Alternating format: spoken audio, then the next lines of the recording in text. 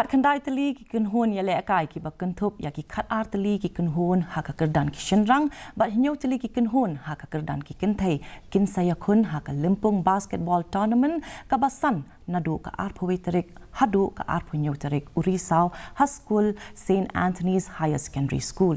ฮับไอจิงครันชกิลัดพัทไยคูบอร์อุบะเรนัลดีเจอร์วาอุบเดย์อุสปอร์ตเซคเรตรีริงกัดบัดกิเวปัดกิดุขอดเป็นญาติจงกับ SYM กิลับเป็นติบบักนี้กันเดย์ก็เวนักลิมปงยาเละกายบาสเกตบอลกับเหตุต่ำหากเจลากับดอนกิกันโหนยาเละกายกิบานักเจลาปัดกุนจุรุนาบาร์เจลากิกันโหนยาเละกายนาอัสสามซิกิมอินเดียนเรลเวย์กินสวรรค์ชิมบนตาลังยากันนี้กับลิมปงอันพิยาหากิอาร์ตลีกิบนตาอันสามรู้ยากาซองติงกากับบาไลลักชากินองจอบ Well, we are from the executive committee of the Salesian youth movement. We here gathering to brief about the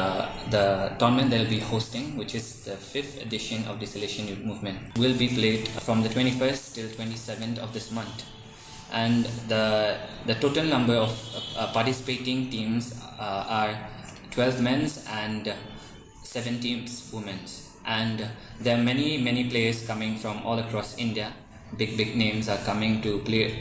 in this tournament, and it is a very proud moment for each one of us to get a chance to witness this event that is being hosting here in Shillong for the very first time.